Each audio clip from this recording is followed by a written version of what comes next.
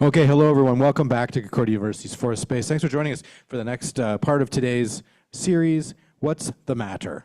Reimagining More Responsive Human-Object Relationships. This is a pop-up expo, but also a series of roundtables for the Critical Materiality and Mediation series. We'd like to begin by acknowledging Concordia University is located on ceded Indigenous lands in Tiohtià:ke, Montreal. And we respect the continued connections with the past, the present, and the future, and our ongoing relationships with Indigenous and other peoples within the Montreal community. Now we're running this as a live stream both to Zoom and to YouTube, so anyone joining us there, comments and questions, that's fantastic. We'll do our best to read those out a little bit later on. And those of you here in the space, you know, we pass microphones around. No big, you've got it figured out. Okay, I'm gonna pass the microphone over to Associate Professor in Design and Computation Arts, as well as our Concordia University Research Chair in Critical Practices in Materials and Materiality, Dr. Alice Jerry, over to you. Hi, so welcome to the second roundtable of the day, What's the Matter?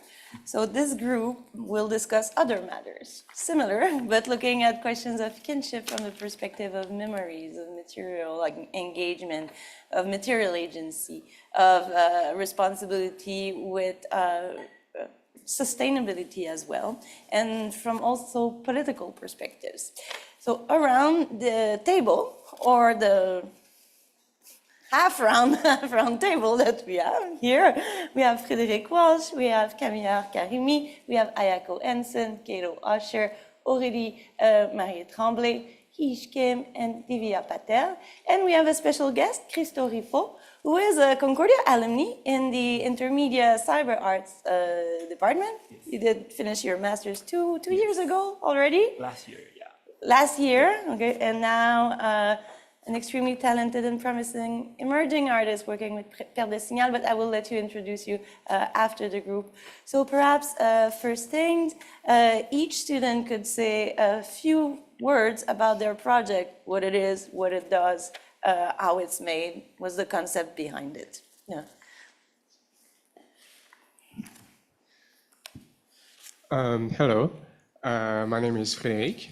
The project is called The Vibration Around Us, and it is basically a project that explores what the vibration is and how it acts through the different environments, frequencies, and animal sound and human sound. Yeah. Yeah, hi, I'm Camille. My project is called Of Sounding Voices, and my research is investigating the role of sound as a material, especially in politicized spaces and contexts. And yeah, thanks for having me. Hi, my name is Hayako. My project is In Translation, which reimagines family recipes through bioplastics, highlighting cultures and memories that are embedded within. Hi, my name is Kato. My project is titled Guiding, and it's an interactive installation meant to sort of give audiences a sense of agency and a sense of playfulness in their interactions with light as a material that shapes its environment and is also shaped by its environment.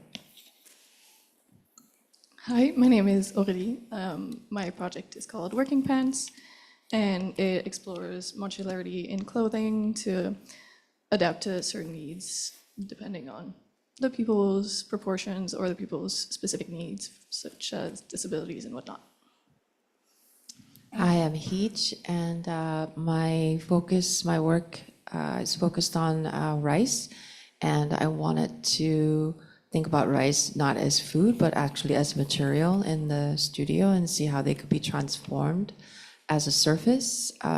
And also using microscopic images of rice projected onto the surface made with rice. It's very rice focused. Hi, my name is Divya. My project is the quote right there. It's a human connection through object. And so it's made out of friends and families' clothing and kind of connecting those memories together. Mm-hmm.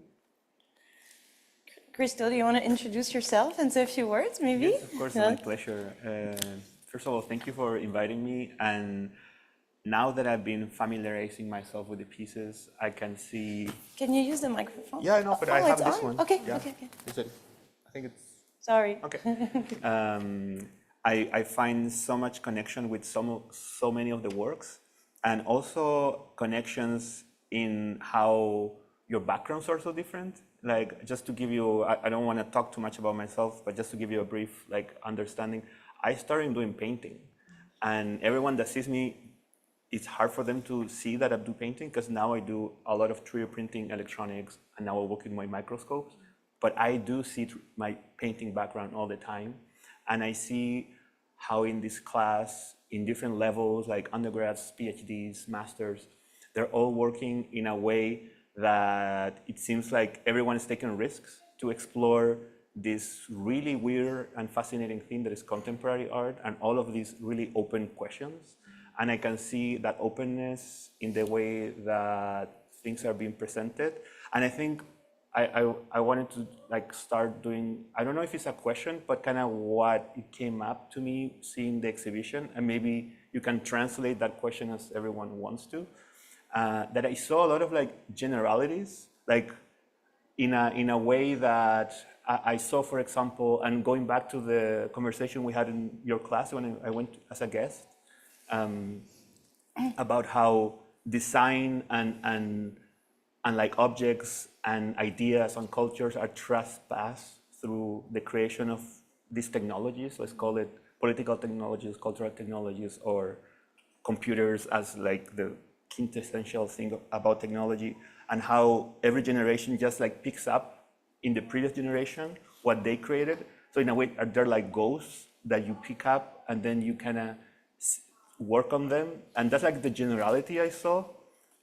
And I'm gonna maybe pinpoint some examples. For example, I really resonated with a piece that is about seeing the cardboard of the Sims game in 2001 when you were 15 years old. Or in my case, I also remember seeing these clowns in a sheet that I would stare for hours to these clowns. And I remember I could draw the clowns, right? This was 35 years ago. And yeah, they're clowns, but I'm also interacting with a way of seeing the world.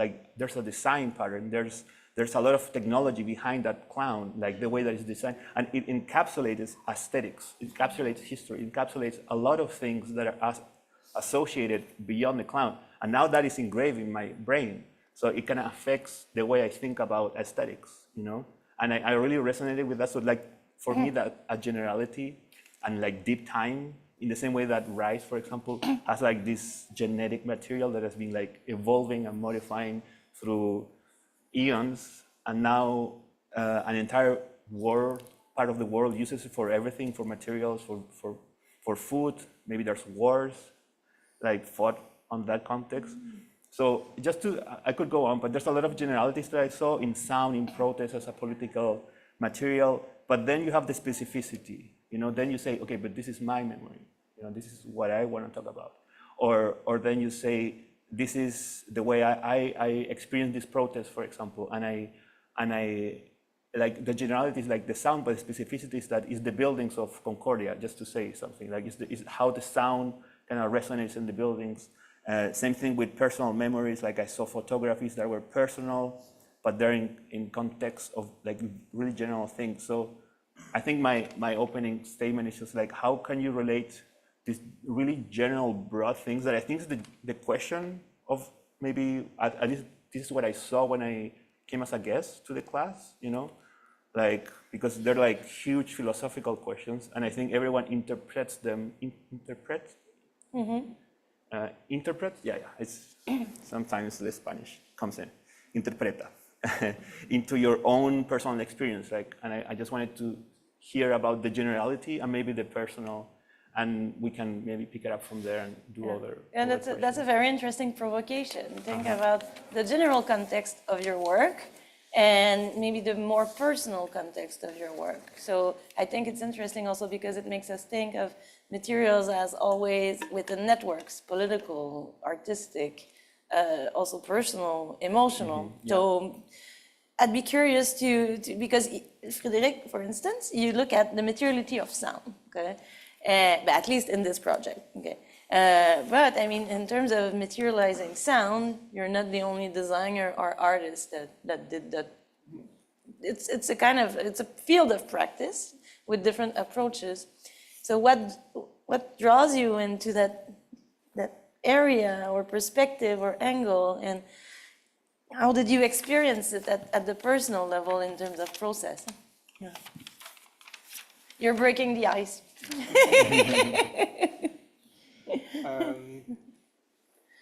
The way I process the project, yeah. Yeah, the project, yeah.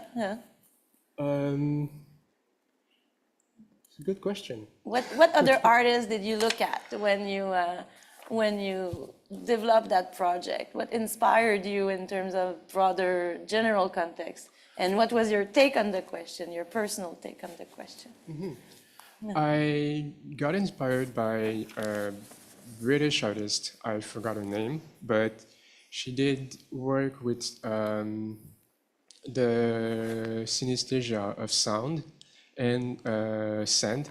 And so the installation was about that people were able to go in a pit of sand, and with the interaction of it, there was going to be light and sound. And I think that was one of my main inspiration to trying to encapsulate how the sound can be used as material.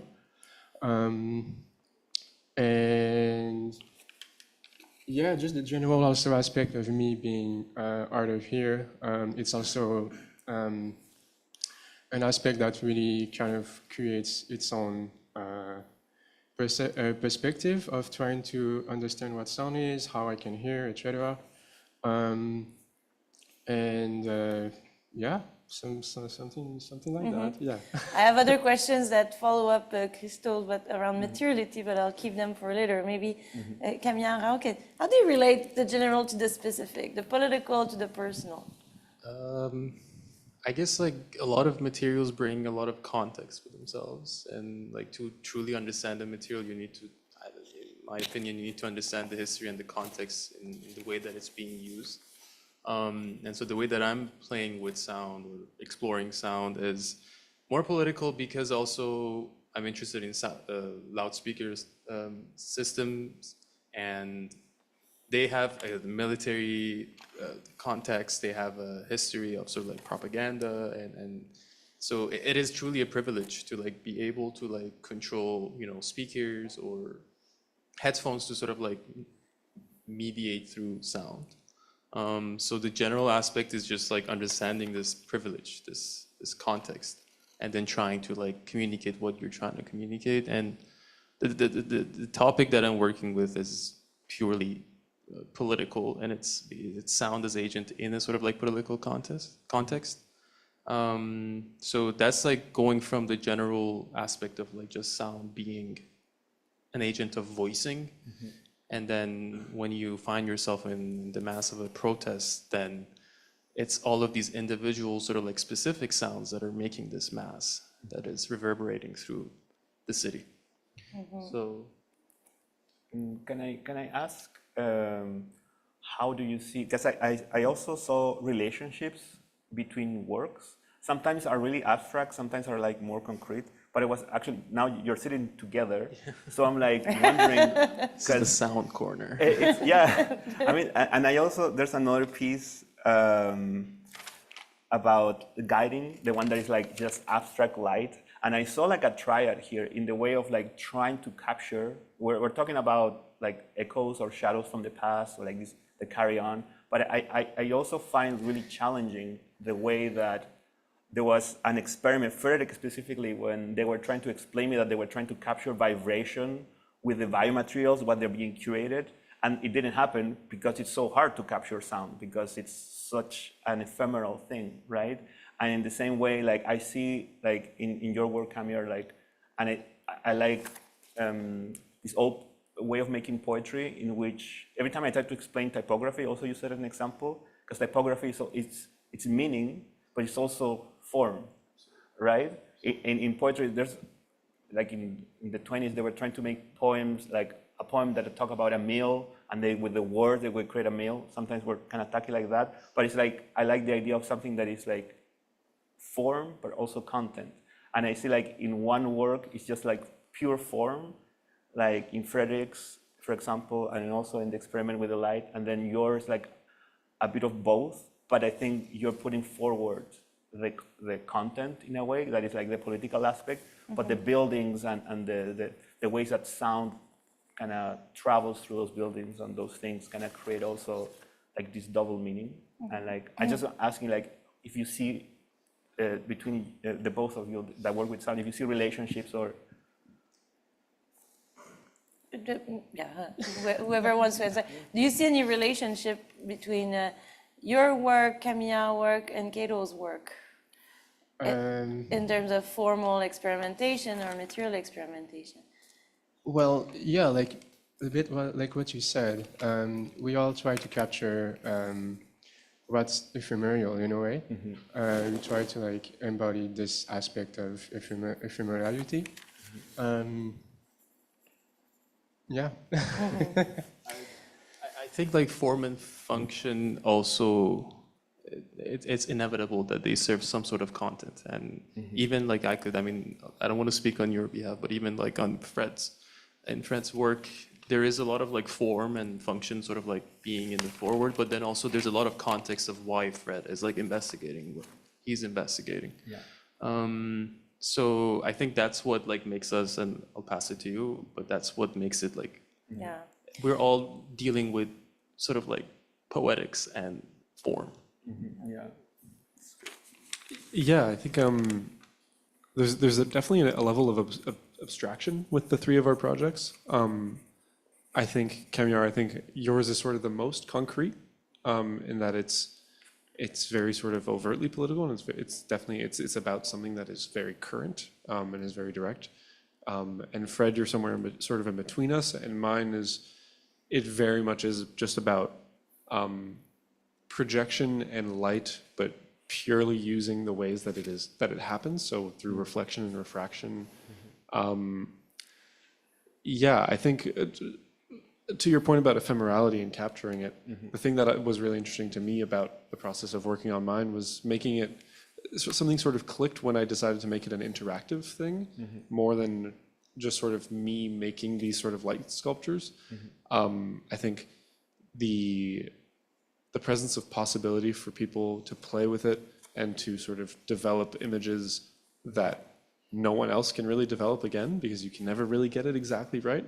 I've tried, you know. So yeah, I think there's a level of ephemerality that's a big part of all of our pieces. That yeah. But I think this idea of ephemerality is really interesting, because I'd like to loop back to this question of the personal versus the general, because if we think, say, and let everyone have a chance to answer that, if we think about Hayako's work in terms of ephemerality, it's deeply personal, but it's also imprinted and using a technique that's extremely ephemeral, in the sense that your bioplastic might degrade, might decompose. The cyanotype, you probably have no idea how the cyanotype will react over time on the bioplastic, which is a semi-living material. I mean, is there a pH reaction? Will it change? Who knows? I don't know it either. Like that, we have to try to know, and I'd be curious to know, like in a few months, if you send me pictures of this thing, how it evolved over time. I'd be super curious. So can you speak a little bit about this kind of trajectory in your work, Hayako, about this question of ephemerality, but also the personal, because you speak about family and memories, but those memories fade from the material. So, yeah. I think using biomaterial as my main material was very interesting to me. I've never worked with it before. So playing with that and playing with something that's so personal to me and so important to me, which is family and family recipes, I think was very interesting. And yeah, I mean, I've done a lot of tests, a lot of trial and error, and already some of my materials have started molding and ripping and basically decomposing. And it's very interesting when you think back onto memory and the decomposing memory. And I think this piece is particularly important for me because of my grandmother, who has like dementia. And family gatherings and family like eating all together is very important to her. So I think making this piece is sort of combining everything together. Thank you. Kato, do you want to add a few words about the personal versus the general? Yeah, sure. I think my project was sort of built off of this question of agency when it comes to light as a material, because I've sort of discovered in recent times that I'm quite like sensitive to light, and that the sort of ambient light within a space, actually, I feel the effects of it very, very profoundly. And I was thinking about how the way that we look at light, we look at it from a very sort of consumer point of view, where it's sort of like, oh, what bulbs can we buy and what lamps can we buy and things like that. And we don't really look at it as this thing that is as influenced by its environment as it influences its environment. And it sort of is changed and changes the objects and I guess the people around it. So as far as the sort of more general and the sort of more personal, well, that's sort of the personal angle, but then I think just I think these sort of like these flickers, these sort of, the term is caustics, it's these sort of light reflections that are projected onto surfaces. I think it's something that we all notice and that sometimes we point out and we go, oh, that looks cool, like that little thing on the wall there.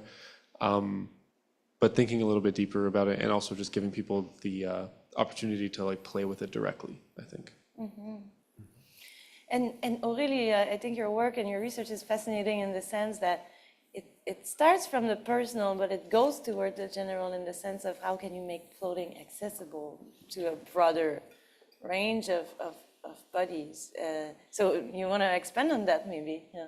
Yeah, I mean, from the personal, it just stems from the fact that I have a hard time finding pants that are long enough.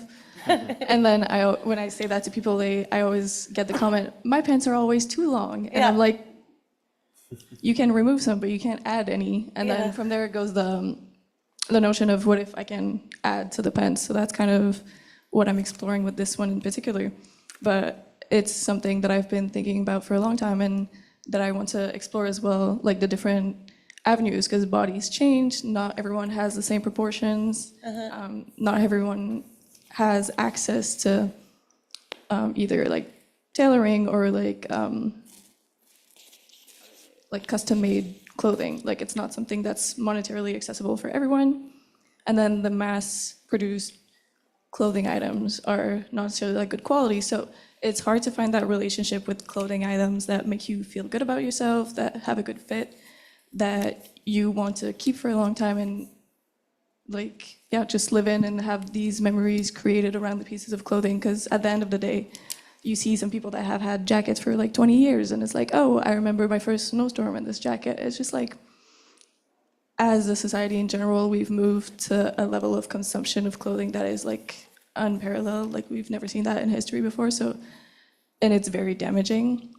So it's kind of a little bit of that, of trying to create or come up with some pieces of clothing that can be a do-it-all or like just a little bit more playful or a little bit more like adjustable so that you can evolve with them. Yeah, thank you.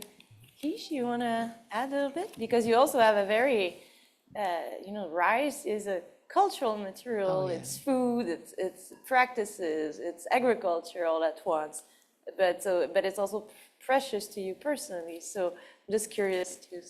I mean, it has thousands of years of history in any part of the world, and that's what it's part of my bigger research. But with this particular kind of experimental work, it was hard to get out of like, do not play with food, child. I was saying this. I grew up, my parents like, don't you dare play with food. You eat every bite of that, So like, it's really ingrained in me to like, this is rice. This is very nutritional. It's supposed to, give me sustenance. So it was hard for me to get out of that kind of mindset of like, don't play with food, but I want to play with food. And it was. I had to get over that little hump to work on, and that was very personal. But also another personal is that for health reasons, I can't consume it as much as I used to. So that's changed personally. So maybe that's part of why kind of investigating into what I'm connected to. And rice is such a cultural history, and not in so much as food alone, but that a Korean specific history-wise is that it's connected to shamanic rituals, songs, connected to developing all kinds of cultural norms, over time. So it's huge. So I wanted to bring it down to my kitchen, see what I can do, because I don't have a studio anymore either. So I'm like, what can I do with this kind of more of an intimate moment? And looking at microscopic images, like, do I understand rice better now because I'm looking at it closer? No. If anything, it became more mysterious, like I got to see more mystery of it. So yeah, that was the very intimate moment with this project. Divya, I think you have the fantastic example of a personal perspective on that project. Yeah, I feel like when I started this project, it was more personal to me, as if the products that I make or the object that I make are kind of for someone. And so like working closely with the person relates with my practice, but then throughout the process and kind of working with different memories from different people, it kind of makes it that your memories are also embedded in the project. Mixing and collaborating other people's memories through a quilt becomes, I guess, somewhat more open. So I think that was kind of interesting. And then also the postcard element makes it that the people can also add their memory to it, and becomes more open. And may I ask, before I let Christo ask the next question, what's the meaning of the 6 and the Mexico and the chill out, and like where it comes, if it's not too personal, but you expose them in the public, so I'm just like, I want to know their stories. Yeah. So when you look at it, obviously, there's no, like, you don't really get an idea of what each of the fabric is, but I have little cards where it says each of their stories. They're not personal to me, but they're personal to like my friends and family that gave me those clothing. That 6 actually comes from a jersey. So a friend of mine gave that to me as something that they valued in their childhood, and they have a personal story connected to it. Yeah. And then I guess it becomes shared memories. And then the chill out. Yeah, they all have their own little stories. Yeah. Thank you. I'm using all of you to think, and just to hearing you and like thinking about, of course, things that are particular to me, and I really like what everyone was saying about their own specificity and about their own stories. And I think just to mention something, you were talking about clothes. I'm from Chile. We have at this point, if you Google Chile, Desierto de Atacama, we have mountains of disposable clothes. It's insane. It's insane amount of mountains of clothes that come from the global north, and they just trash them in the middle of the desert. And I'm like, at some point, it's just a bizarre scene to see, and like your specificity, it kind of interact with my generality in a way, and I see that those connections also between all of you, and I just wanted to say that I would like to hear more about, I don't know if you're seeing connections between of you, because as an external eye, it's faster. I don't know if it's easy, just fast, because I don't know any of you, personally.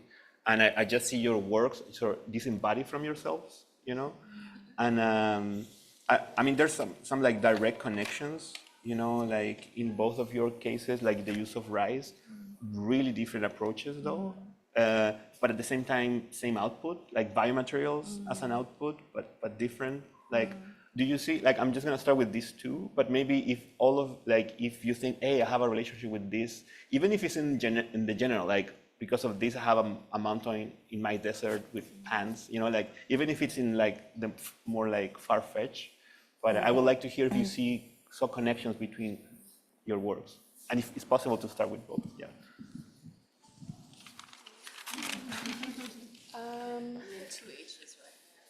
Yes.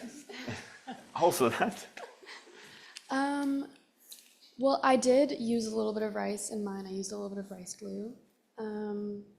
Initially, starting this process, I did want to use rice as my material, but I decided to skew away from that, and I'm glad I did because I like your project a lot. I don't know. We both use food, and I think it's very interesting that you also made a biomaterial. And it's interesting the different process. You use a different recipe, use the starch.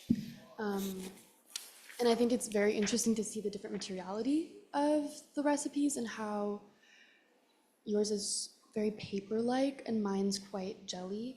So it's very interesting to see the difference in But in a way also, like, both are talking about memory. That's Mm-hmm. kind of like, you know, like, because rice is a thing. Yeah. But then you connect it through memories. Yours is like really specific, Mm-hmm. and yours is a bit abstract, but you just mentioned it when you were talking, you know? Like, Yeah, I mean, there's something so interesting about thinking about recipes as this almost like a memory device to remember something. So it's like you do this and this and that, and you're going to remember something. That's a recipe, and then that's how we remake cultural foods, you know? And I used a recipe off YouTube to make this thing. And what I learned from making this is that the different surfaces that I use to like put it on to dry it, that they were all very different. So the most like pliable material, which was kind of, I don't know, this is I think a word that's been was a trademark, saran wrap. I think there's another word for it, but saran wrap, clingy, filmy thingy.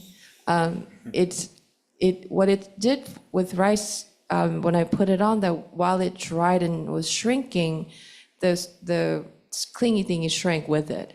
So it held memory of that shrinkage, whereas like wax paper, no. Wax paper like stuck on it, like plastic wouldn't, so it would crack more. So each surfaces was very different reaction to the actual recipe. So it had like it held different memory depending on, so it interacted with each other always. So I thought of rice singularly, like rice is this, rice is that, but rice changed depending on what it was next to, what it was with, working with. And I think memories like that, it's like if you are with someone specific, your grandma, your mother, your memory changes, recipe changes. So it's really interesting to see Hayako literally using recipes, not only for, as a material, but rather as recipe for memory, which I think is beautifully specific. Whereas I'm always like, okay, Heej, I don't know what, you don't know what you're doing. Okay, so let's start with this, and then it's doing this. Oh, that's great. Like, that's how I, do things. And I think that's the main difference. That's what makes it, I think my projects always seem a little bit more abstract because the way I approach it. Whereas I think I learned from Hayako is that there could be something quite poignant in being specific, like a recipe. I have this thing. I'd be curious on that note of relationships. Go ahead, Aurélie, if you wanted to. I actually had I had a question sort of for both of you, Yeah. because another similarity that I found between your projects, sort of relating to this issue of like ephemerality, is that not only are you both playing with food, as it were, and you're both dealing with things, concepts of memory, but also you're projecting images on them. And you're quite literally printing them, so they're about as permanent as cyanotype can be, which isn't very permanent. And you're projecting them, which is sort of like as soon as that projector turns off, that sheet of rice becomes just a sheet of rice and not the image projected on it. So I'm curious if either of you have anything to say about both the importance of projecting imagery on it and sort of that influence on the project, and also the ephemerality of sort of the permanence of these images. Really, again, me? I love the texture of this just rice thing. Next time, I think I want to actually literally put it on my skin and see how it dries, like different ways to work on it. And I think that just came about thinking, well, what if I projected this and I knew you would pass through? And the great thing about videos is that you can turn it off. You can just turn it off, and it's like this turns up, and it'll have this kind of a surface thing. It'll exist, whatever this is. Hayako's, it seems more permanent, but not really either. So I like the ephemerality and impermanence, and that's what I like about bioplastic. Actually, is that it's not permanent. That it will degrade because that surface already. It was different at my apartment. It's changed here already. It's already kind of forming weirdly, like curled more on one side. So I'd like that aspect of this change is kind of not built into it, but that it's expected, that degradation, whatever. What was the word? Anyways, I lost that word. I had maybe a follow-up question or a pre-question around this idea of commonality.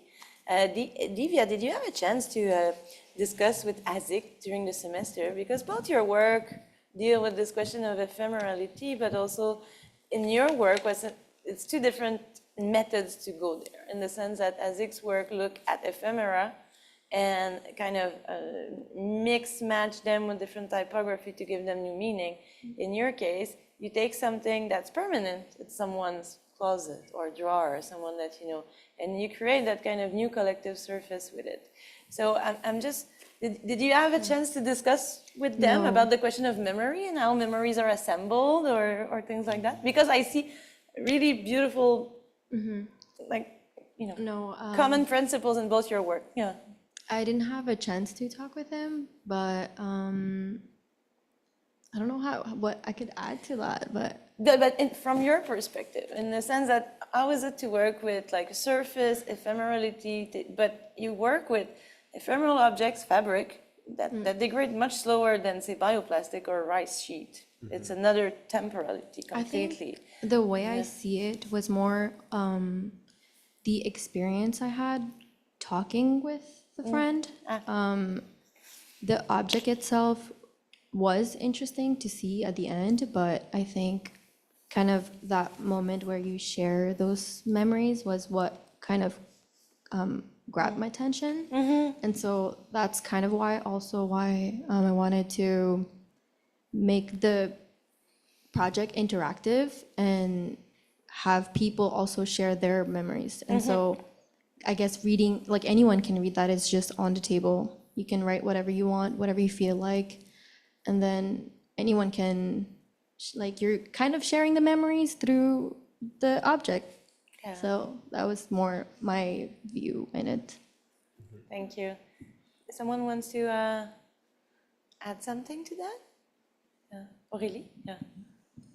And with your project too, it's all clothing, and the memories are more like the event surrounding like that piece of clothing. So I think that in itself is also interesting. Like for Haziq's project, it was more like memorabilia, it was like sport tickets, cards. So that was also events associated with those things.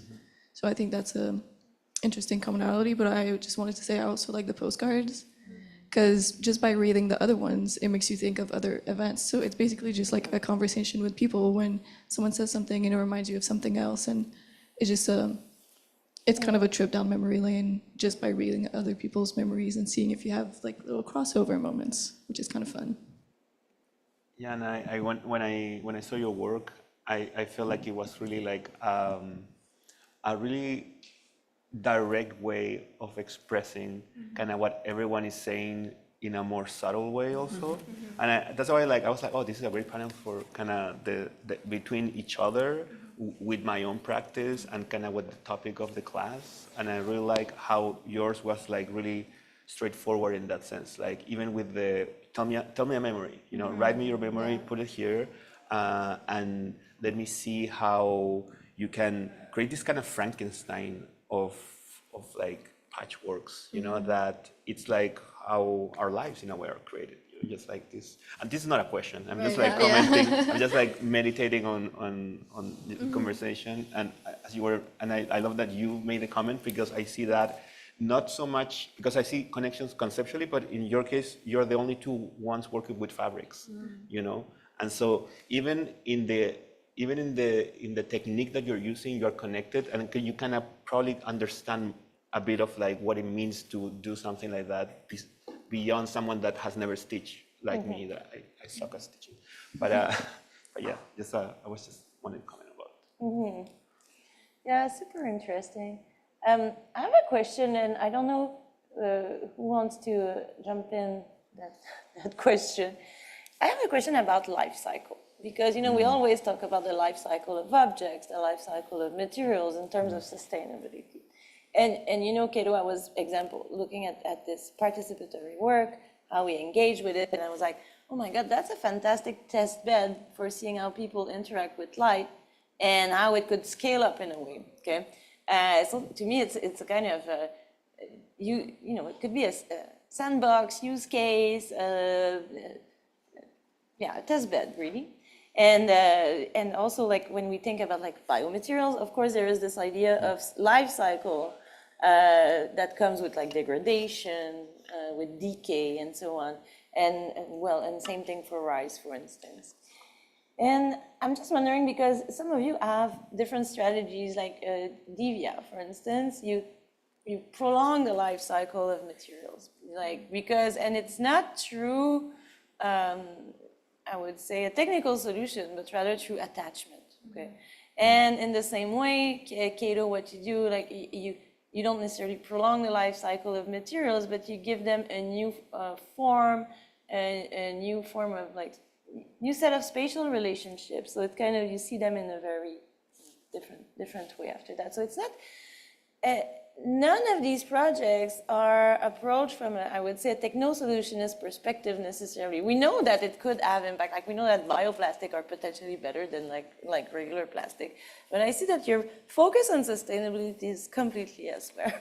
And that's also super interesting, because it also highlights the role of art and design in creating new forms of imaginaries for thinking about environments that are not just about, oh, well, this brick is more sustainable than this brick. And like, okay, but like this brick is as boring as this brick. So it's like, how do we bring affect and experience in that thinking on sustainability? I find fascinating in your project. I want to hear you about this question of life cycle and sustainability from your own perspective, because that's my interpretation. But I mean, I'm not a sound person. What is thinking about life cycles and sound? Boom. Hard question. And well, I want to hear you, because now we talked about memory, but now what's the life cycle of a digital sound file? Well, like, what's the value of those things? Maybe it's archival value. I don't know. That's a tough question. I know. And there's no right or wrong answer. Yeah, no, I understand. I mean, if you want to think about it, like in terms of like preserving sound. Yeah, that's an issue. Yeah. Then we're thinking of like archiving, and I sort of like explored that through my project with like archiving it in different like forms. I mean, like the sound files are like stored on my phone, they're stored on my computer locally, they're stored on the cloud, and they're stored on tapes, on cassettes. So I went a bit overboard. But then it's different forms of like that specific material finding itself in different places, and it takes like different sort of like form and function itself. So if I want to think of like the cassette, I mean it's extinct now. It makes me like look super old, but then it's a different experience of like listening to that sound. And maybe it's not super sustainable to like keep on using that, or it is. That's a question for later. And at the same time, like, okay, I'm doing research, so I want to like keep a record of like all of these archives, which is like what I believe in is a greater good. of archiving, but then I'm also like using commercial cloud services to sort of like store these. So then there's a whole question of ethics and question of like morality and like the use that these cloud services have in terms of like, power consumption. So I don't want to go on a tangent, but I think sound itself, this sound is not sustainable. The moment that I go silent, it doesn't exist anymore. But the sound that we record, it becomes something else, which has then a context, and the content becomes very situated in how it's voiced. So that's how I see sustainability of But sound. there is, I think, there also in question of sound, this idea of shareability. Like you can easily share with the community a sound. Like it's harder to share with a huge sample of people one garment, so there is this question of like open access shareability, which to me makes it really interesting for thinking about sustainability beyond the materiality. It's this question of community that's being developed. Yeah. Would you like to No, add on I to don't that, bet. or? Yeah. Okay. Yeah. Well, when you said that this sound is not going to be like sustainable in a way, it's still going to be sustainable, through the way it's recorded. But I think in my case, it's more of I try to take the ephemeral into a more sustainable way through the biomaterial, trying to like capture it. But it's also in a way that the sound is like captured inside of an SD card, a physical object. So I didn't know I was going to go with that actually, but but yeah, even through the vibration that the sound creates and the pattern that it creates, it kind of like still creates a sustainable look at what sound can be. Even though you can erase it with like a simple gesture, it's still, with time, it can create this look of like what sound can be. And for that time being, it can be sustainable that way. Yeah, that makes sense. Yeah, I think on the issue of sustainability, one thing that I sort of mark as like a connection between our three projects is this notion of there's sustainability in terms of how things degrade, but then there's also sustainability in terms of how we experience them. And I think issues of like sound pollution and light pollution are both very relevant issues especially within like an urban environment like the one we're living in. How we're often sort of overloaded with both noise and light almost at all times. So I think that's definitely something that both of all three of our projects sort of deal with. I will say that from the sort of material aspect, and not counting my sort of immaterial material as light, this is sort of like the least sustainable project I've done over the course of my degree. Please provide further detail. Well, for one, this is my first time ever using acrylic for a project, which is, we all know is not a very sustainable material at all. First time using glue, because that's something that at Concordia we're sort of turned off from the first project that we do. So yeah, like the way that my project exists, the only way that it can sort of move forward is to sort of break. You'd have to literally break these metal parts from these acrylic parts. And in that way, sort of the only, if you can even call it sustainable part of this project is the light itself, which I sort of qualify as like, well, that's the light I'm looking at. All these other, that's the material I'm looking at. These other materials are sort of, they're sort of mediums between this base material and the sort of result of it, which is the projections. Yeah. But there would be a way to make it separable, designed for disassembly. It's just that it did not happen that way for XYZ reason. I mean, it's not impossible to. No, absolutely. Okay. And also, you did mention scale with my project. Yeah. And one thing that I thought was interesting along the process was knowing that it would be exposed here. And sort of designing for the space that it was going to be exhibited in, because the bounds of my project are a cube that was provided to me by Fourth Space, which is a sort of like, it's a 16-inch by 16-inch cube And originally, when I thought of the project, it was bigger. Yeah, And the Yeah, I objects that I remember. was going to make were bigger. Yeah. And yeah, and thinking about how, and even like, I've taken photos and shown people, and the scale is like a hard thing to sort of grasp because it is just like light in a space, and when you remove the context, it loses a lot of that sense of scale. Yeah. So yeah. Great. Someone else wants to jump in? Because that kind of like provoked something in terms of like site-specific sort of like installations is also like a lot of the sounds that I've recorded. And special thanks to the folks for giving me access to the speakers outside is also like being able to stand outside and listening to the sounds that were recorded at a very different time and context and being able to experience two different sounds that are very relevant to each other but also really not. Is also in the context of like sound preservation, and if that recording had not been done, then that sound would have been completely gone. So that was a good provocation. Sorry, we keep sort of having back. After, we have to move the yes, microphone yeah. the other way. You mentioned earlier that like the ephemerality of sound and how as soon as you stop talking, that sound is gone forever. And that was that was sort of my feeling was like, I think the sort of impact that our sounds have on each other, and like you say something and I remember it, is that sound gone? And like you think about how that exists within a space, especially with your work that's so political and it's about protest.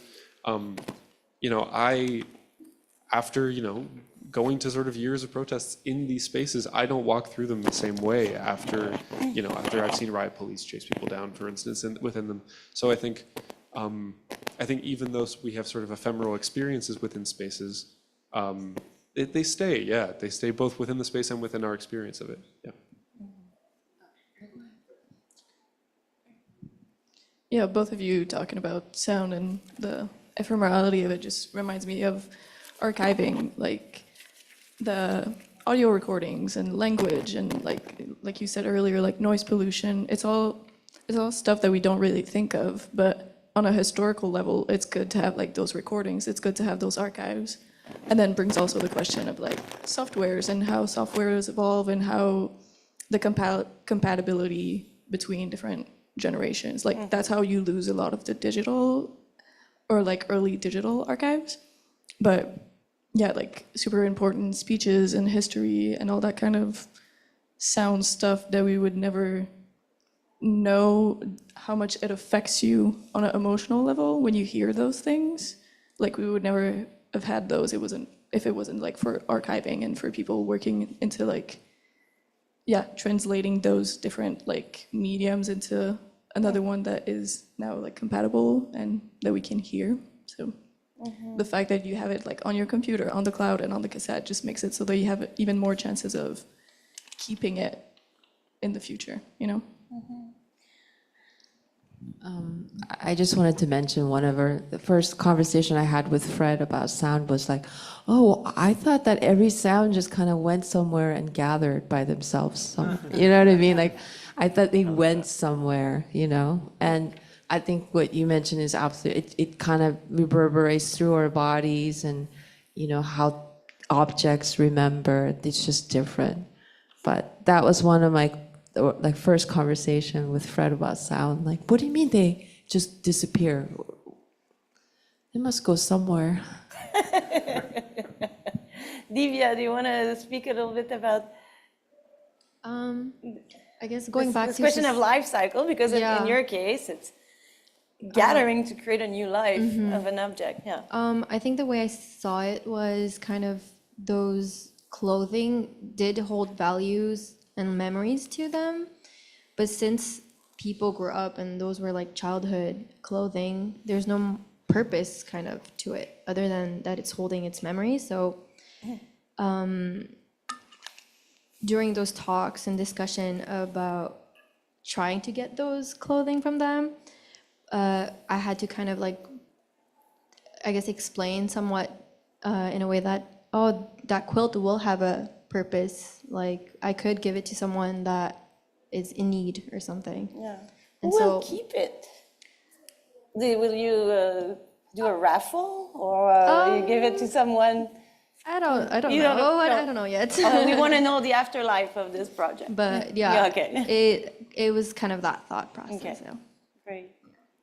Excellent. Do you have a... I'm doing, Yeah, I have a... some comments because I've been using all of you again just to think about what everyone is saying and using my, I don't know if like particular view, because I'm an outsider from the class, but also from the practice. And I saw that something arise a lot of times in the conversation just now about like ethics and like, you know, if I'm sustainable, the question itself, like, is it sustainable? But I just want to, like, as an outsider, and this is my personal view, this is not my practice, but in arts, ethics, really shady stuff, especially when you go into the people that you're taught when you're learning about art history. Like Joseph Beuys, a guy got into a gallery for 2 weeks and lived with a fox. And it's like, oh, it's so, but it's just like, what about the fox? Like, you know, like, and then we have people like, okay, a friend hire another friend to shoot him in the elbow, you know, like, oh, and then you have a lot of these experiences, and at the end of the day, because you were talking about like, oh, I have these sounds that are going anywhere. Yeah, but the sounds, that's the shape, but the content, and I was like, just thinking about the conversation is, and I think for me, what arises is like relevance, you know, like what makes a sound or a word or like anything, it's just how you find it relevant for a moment in time, you know, and then when you're approaching art, and the shady ethics of art, you know. I mean, there's so many books about even for the art market that people use it to launder money. I don't know, there's art, okay, let's put a pin on that, but but just to say like as Alice was saying, like, okay, you can make a brick that is 100% sustainable, but it's boring, no one's gonna get the brick. You know, what's this, how do you make this brick interesting? And I think that's that mixture with art, and what are you willing to leave behind in the sense of like trying to be a saint, you know, like, oh, I don't want to use so much of this light because it's costing this amount of watts, you know, I don't want to use this plastic because it's costing this amount of plastic. And then at some point, all of these things call you to inaction, I find. But I feel like there's something that maybe exploring this more like art way of making design, because maybe you don't want to mass produce this, you're not creating a product, you're not creating something that you don't want to change the fashion industry. Maybe you're just trying to say something, you know, and say something that is relevant and that stays in people's minds. And then you're more into the art department, you know. And don't say that. Yeah. Cancel that. Cancel. No. Computer science. I mean, they can say the same thing for me. Like I stopped painting for 25 years, and they see me coding and stuff. But yeah, like. How, when you mix those two things and you get this like bastard child, it's kind of what it's necessary, because the problem is not that we don't have the technology to solve every problem in planet Earth. We have the resources, you know. It's just like there's something missing in the narrative. There's something missing, and I find that approach a problematic, but also an ethical problem. But I think what you mentioned is interesting, because I think that we cannot necessarily quantify the environmental impact or footprint of these kind of speculative artworks in their own right, because they're not meant to be mass produced. But the question still comes up, like in the sense of like textile waste. What do we do with that at the mass production scale? What do we do with those mountains? I mean, those questions are still underlying. It's just that it could become extremely, I would say, normative to try to quantify everything and to optimize everything in a single prototype, you know. Yeah.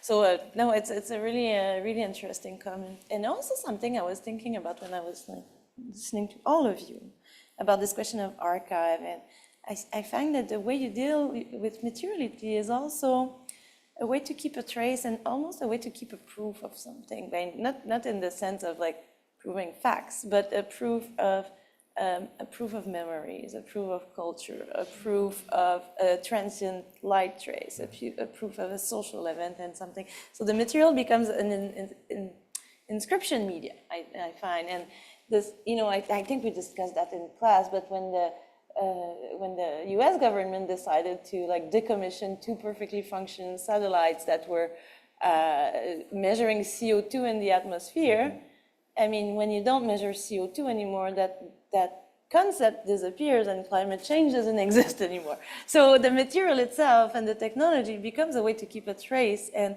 to keep these things active and alive. And yeah, so this, it's, you know, as we say, it's more a comment than a question. But like, should we open it to the public? Because time flies. Oh, Alice, sorry. Could I just say something about what you said of course. about Yeah. sort of sustainability and about how we do have the technologies to save the world and all these things?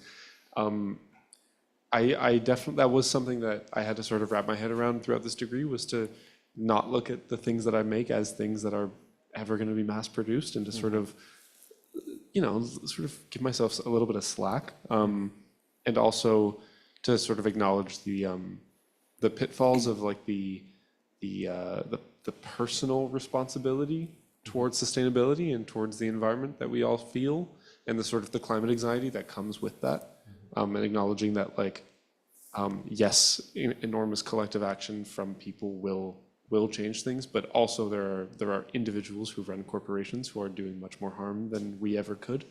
And you reminded me of a text that I read years ago now by a design theorist named Hal Foster, called Designing Crime, sort of written in reference to Adolf Loos's Ornamenting Crime, which is,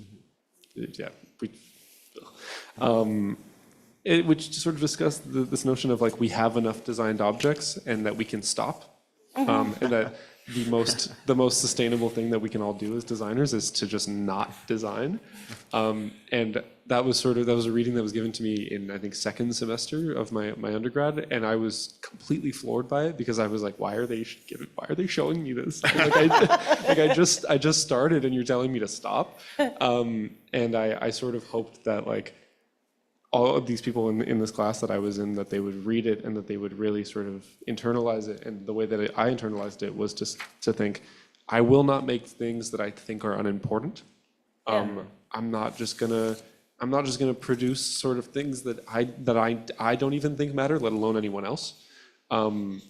So yeah, I think in terms of creating sustainably, I think, like, the content matters, and I think I keep going back to Camille's project, but just like, yeah, like taking political sound and making, like, an interactive thing out of that. That's an incredibly moving idea. And I think no matter what the sort of sustainability concerns would be with that, there is the emotional and the sort of the call to action of it that I think has like endless positive impacts. I also come from painting background, and I actually had to stop because it made me sick. So there's that, like, really personal reasons why materials change in life and why you make things. But I was just gonna say, sometimes the sustainable question to me becomes very personal. Like, what's sustainable in my life? You know, painting couldn't be sustainable anymore. Rice isn't sustainable anymore as nutrition. And I think that this is actually connected to a larger thing of, you know, how things are produced, how things are made, you know, what we're touching, what we're wearing could literally be making us sick.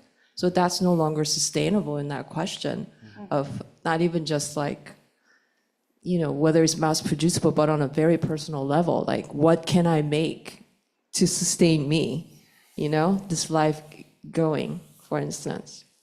It sometimes comes down to that. That's also a sustainability question. Thank you, Hish. Does the public have a question, a comment? Something they'd like? Yes, Cameron. I can bring the microphone around. Also, if anyone online, I know there's a couple people on Zoom and also YouTube are watching, and has any comments or questions, we can read them out. So please. This one's kind of for Hayako and maybe it's for everybody. How, like, you know, obviously maybe more for the ones who are focused on their relationships, but did doing these projects about your personal relationships change how you felt about those relationships? If you're not comfortable sharing, by all means, but if you just want to talk about that for a little bit, that'd be great. Yeah, I think starting this project especially because it has so much to do with my grandparents and my parents and the cultures that I've grown up with.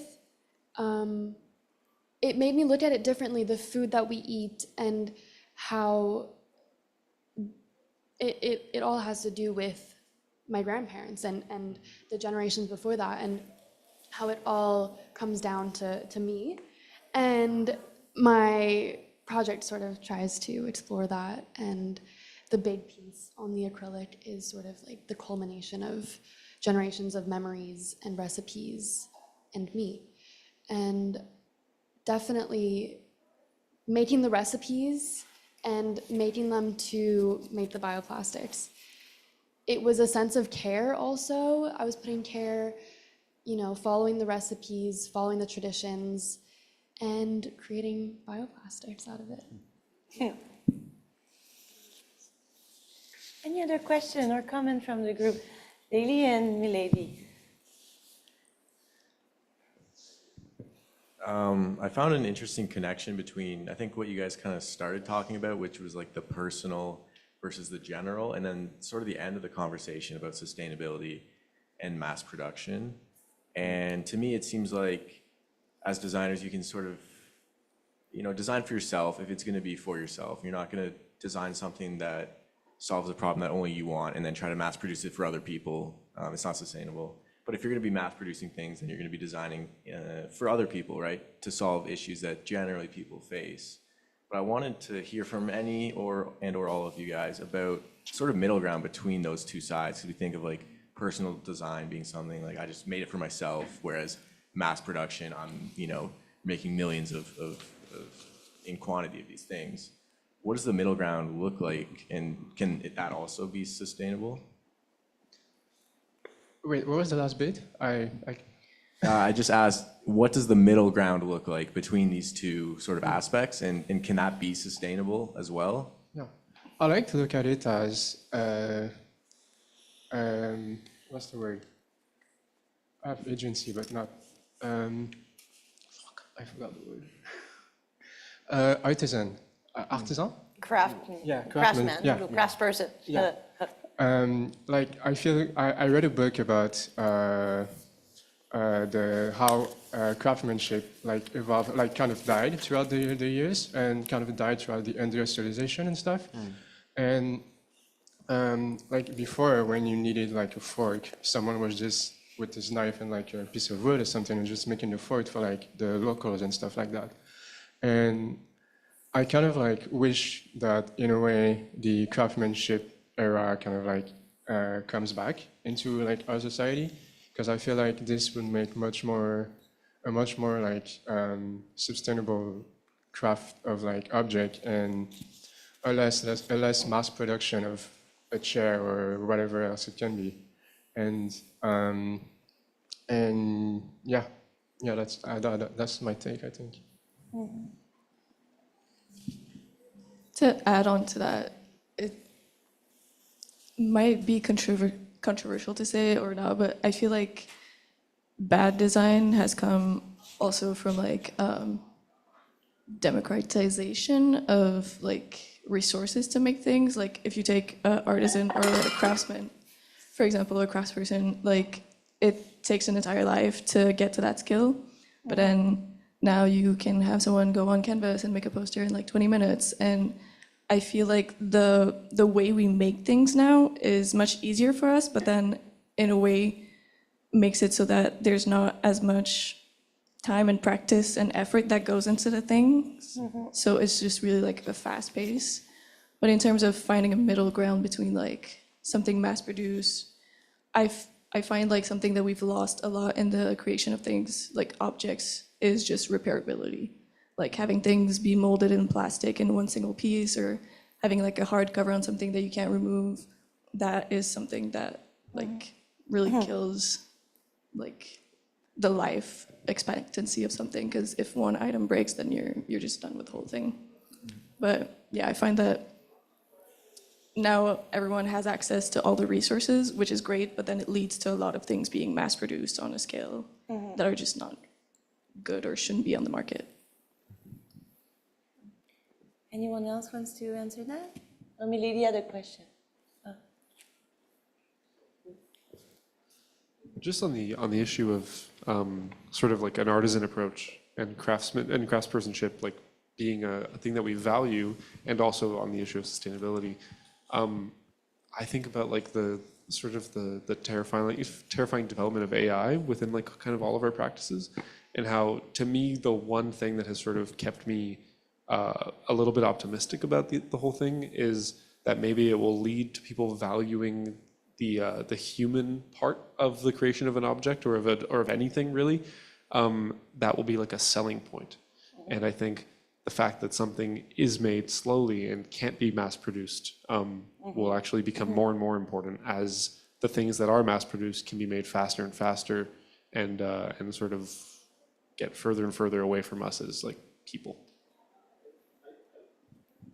I would just argue that like the best thing that actually came out of this is that it's happening right now, which is like, I feel like leading to this sort of like, I would say zeitgeist of like, you look at all of the artists here and everyone that like exhibited something, there is no divorce between, to kind of loop back to our initial conversation, there's no divorce between form and function and content. And like, that's where I feel like we see that everyone is making something because they have some meaning behind it, which is the rise of like this artisanal without like the sort of like class differences, but like in a sort of like skills and humanist way of making. Mm-hmm. Thank you. I think Milady has a question.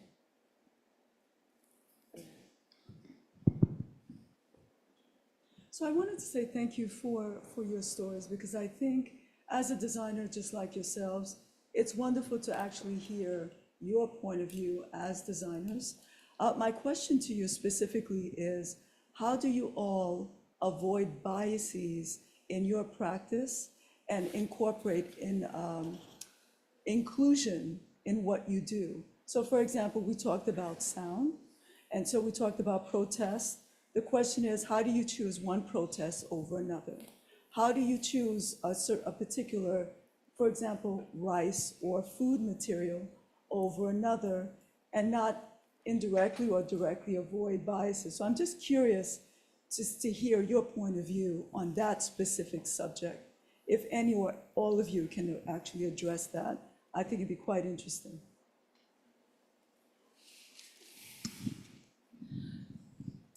Well,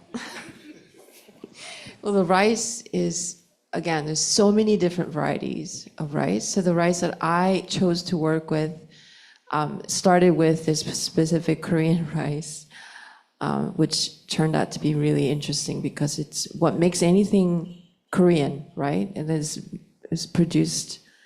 Anyways, but I ended up using rice flour from a Vietnamese store, because the rice that I was using at home failed miserably. Like it broke and it didn't work. So I turned to this rice flour. So I went for something much more specific, thought I wanted to work on that, but I gave into just trying to make something that works, you know? So that's how I chose rice. But rice as a whole is a subject that I started to think about and research, is because I was thinking about cultivation and the methods of cultivation, part of the research. But every culture has similars but very different cultivation methods as well. So, you know, I wanted to go there, but I decided to have more fun this time and let go some of the, you know, specifics to experiment. So I didn't I'm not sure if I answered your question. I think as a designer, I kind of value like the story, the more emotional side of, I guess, objects and so whenever I'm making something, I kind of look at how that would value to the person that I'm giving it to. So for example, for the quilt, because the quilt at the end will have like a purpose for something, that's how I kind of like my process through designing something. it's more embedded in the memory and the emotional side of objects.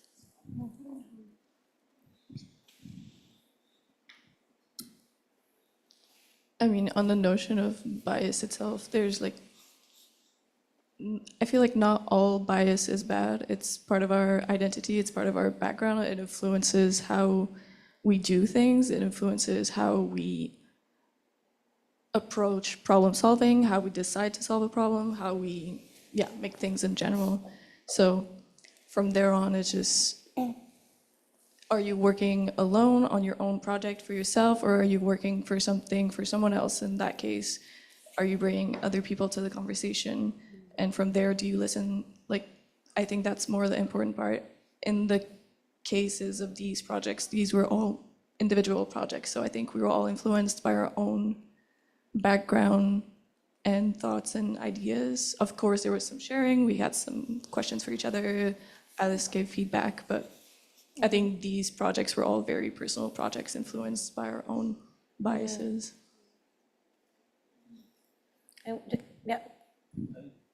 Very briefly, because you mentioned the protests, I think like as a pre-context, personally, I'm really glad that as a society, we're like very much over the neoliberal yes we canism. And now we're all really staring at the demons and we're trying to like have a conversation. And the demon is that everyone in this room has biases. And that's something that we need to like address instead of like putting it away. And we're all situated because we're all individuals with very specific backgrounds, context, history, whatnot. If I were to relate it to my work, as I mainly do interactive installations, my body of work is like completely open. You know, what I'm showing here is like you can go from the rawest form of material and what I've like explored to this point of like you being the agent of like playing with it. And I think that's where we can find some sort of like point of tension between what is my bias as an artist, as a designer, as a creator, and then what is the bias of the audience itself. I mean, I try to like check out the volume levels and the knob levels and like, you know, earlier mentioned this, the sanitize buttons. Throughout the day, I was trying to check it, and a couple times I tried to like knob it up just to like make some point of like interaction for people, and it was quite heartwarming that I saw that like at some point all of the distracting noises were like completely shut off, and even the sanitize buttons were at zero. Whoever did it shut out, and they wanted to hear the pure sound that I recorded, which is like the point of sort of like conversation between the work itself and the audience, and that's where we address the biases. And I think that's where I stand. I have a question for you about it. I think I do sort of wonder about this notion of like recording a protest and recording a political movement and an act of political expression, but sort of removing it from the issue that it is connected with, and sort of looking at it as just this like representation of political expression and not a representation of a very specific political act about something that is like ongoing. I wonder how you sort of wrestle with that idea of like, maybe are you sanitizing that movement yourself by removing it from its context and sort of looking at it at this sort of like broad concept of political action? Yeah, how do you think about that? I need to think about that. That's a big question. Removing the context is more on a sort of like creator level and not on a personal level. Because if I just come in really strong, that's how I see it. If I come in strong and I say, this is my opinion and this is what I do, and then that's all I'm doing. I'm using the loudspeaker to sort of like do what Hitler did, you know?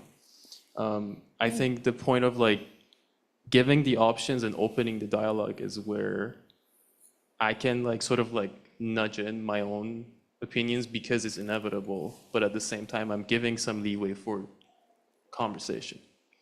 And that's, I feel like, really crucial right now with the whole political aspect of like just walking around. I mean, like when I started the project, I think I come from a politicized background, you know, throughout my life. And when I started like doing the investigation and truly like recording and listening, was like I never paid attention to the sound of like water fountain in the background of like people screaming something, you know, that they believe in. And that's like the sort of like poetics of it and the point of conversation of protest and the urban environment.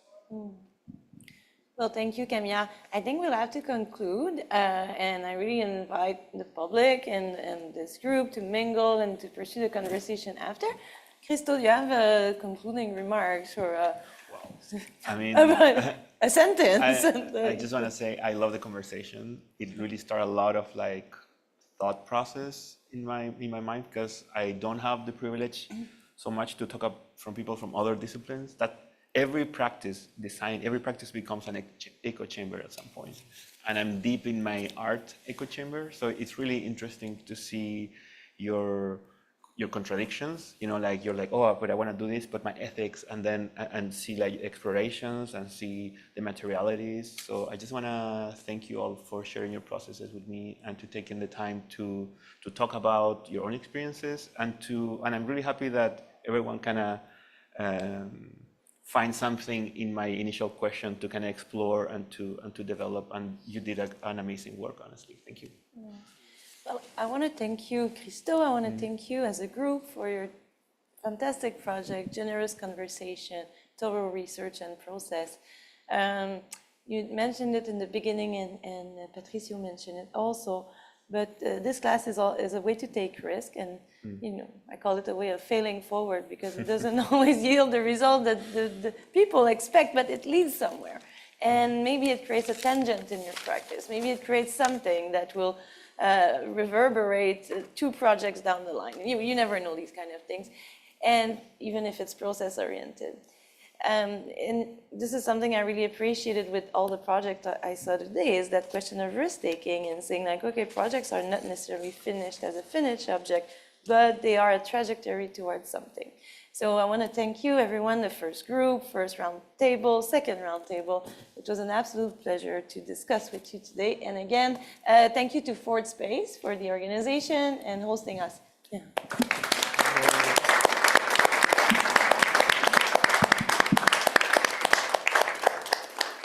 Thanks, Alice. Thanks, What's the Matter team.